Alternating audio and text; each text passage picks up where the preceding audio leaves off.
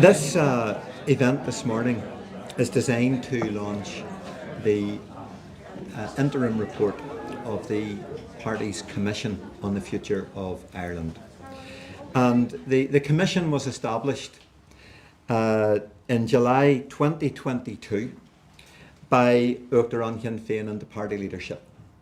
And ever since then, an intensive programme of work has been carried out right across the island and further afield. The reality is, and the premise and what goes to the very core of the Commission on the Future of Ireland, is that partition has failed. It has failed everyone in this society, regardless of what section of the community citizens come from. No one in real terms can say or point to any net outcome or benefit that has derived from the partition of our island. And the same is true in relation to the 26 counties. So partition has failed, and we need something new. We need a newly cast future, which is inclusive, which is representative, which is citizen-centred, which is multicultural, and sets out a vision of constitutional change and indeed a new national democratic constitutional settlement on the island. And so to that extent, friends, we have organised throughout the island of Ireland, north and south, in all 4 provinces, a series of public events. And these have been described as people's assemblies, and there have been a series of sectoral events with the trade union movement, with business, with those who have been involved in the professions of education, health, and so on. And the extensive work of the Commission is set out in the report and is reflected in the fact that we have organised, since its inception, 21 public events. There have been 74 independent speakers who have taken part. That is, speakers who were neither of Sinn Féin nor representing Sinn Féin. There have been thousands of attendees at all of those events, which have taken place from Derry City to Waterford, from the Connemara Gaeltacht across to Belfast. There have been hundreds of written submissions.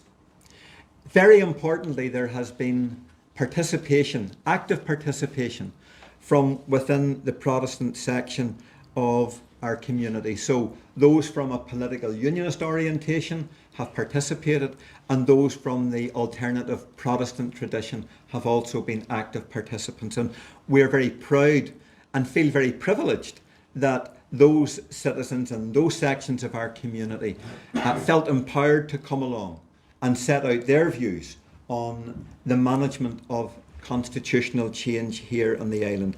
There have been reports published in the aftermath of every single event, and we have ensured that the Commission has been taken internationally. So already in North America events have taken place, and further events are planned for North America and further afield in 2025, as well as rolling out a continuing and a planned programme of people's assemblies and sectoral events into 2025. So thank you all very much for coming along today. Tapi and Jesh, let's seize the opportunity in 2025. And on that note, I'm delighted to be able to introduce, to make the keynote address, Uachtarán Féin, Lou McDonald TD.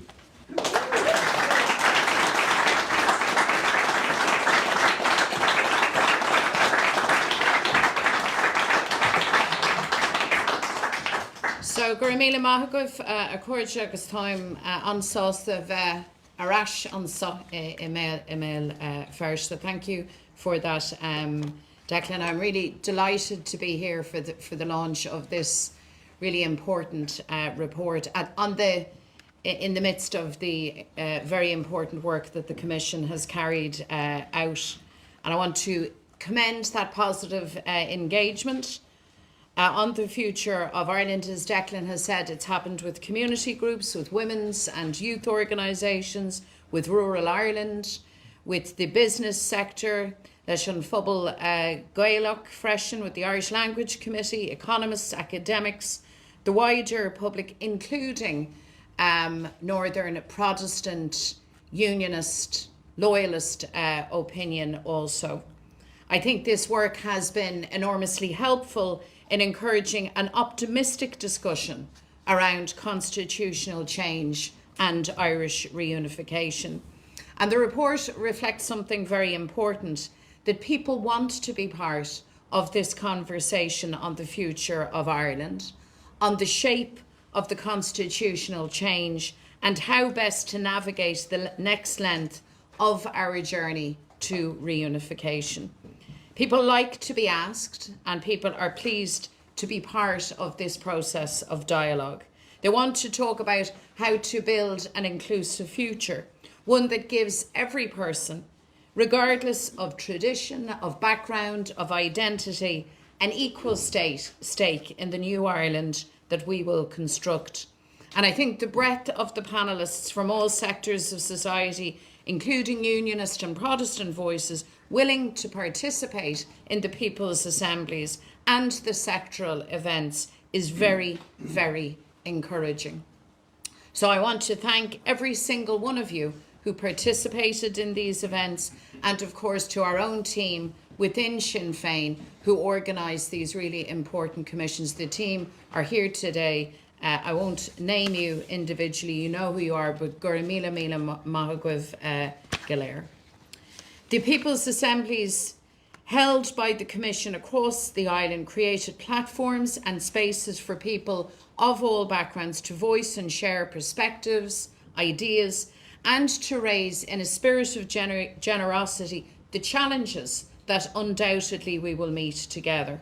And if Sinn Féin and others can facilitate dialogue on constitutional change, how much more effective and how much more inclusive will the discussion be when the Irish government fulfills its constitutional responsibility and obligation and takes up a much more positive role?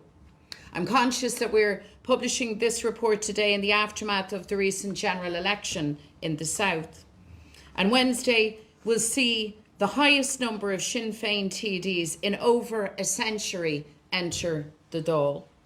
The result of the election confirms that Irish Republicans, United Irelanders, and those who aspire to a new future are now a significant, influential, and a permanent active voice in the politics of the 26 counties.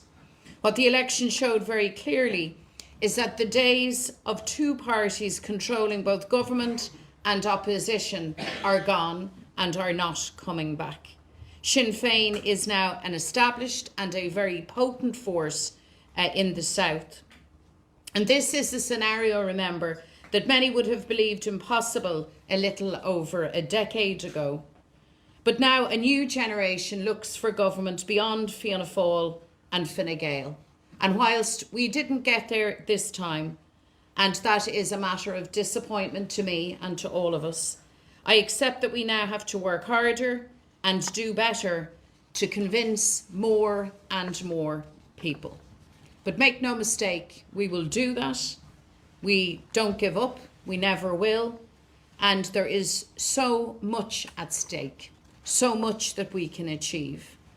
Through all of the noise, nobody should miss the depth and the pace of political change right across our island. This is especially important when it comes to preparing for constitutional change and reunification. Our transformation must be planned, it must be strategic, it must be informed by a conversation that is mature, that is pragmatic, and grounded in the best interests of our people, our economy, and of course, our society. Sinn Féin firmly believes that it is now incumbent on the Irish and British governments to begin preparations, to work together, to enable communities across our island to realise the potential of a new and a better future. That's the job of everybody in political leadership, including the leaders of Fianna Fáil and Fine Gael. And so Sinn Féin is saying very clearly that the next government in Dublin must prioritise planning for constitutional change and reunification, and for the unity referendums as provided for in the Good Friday Agreement.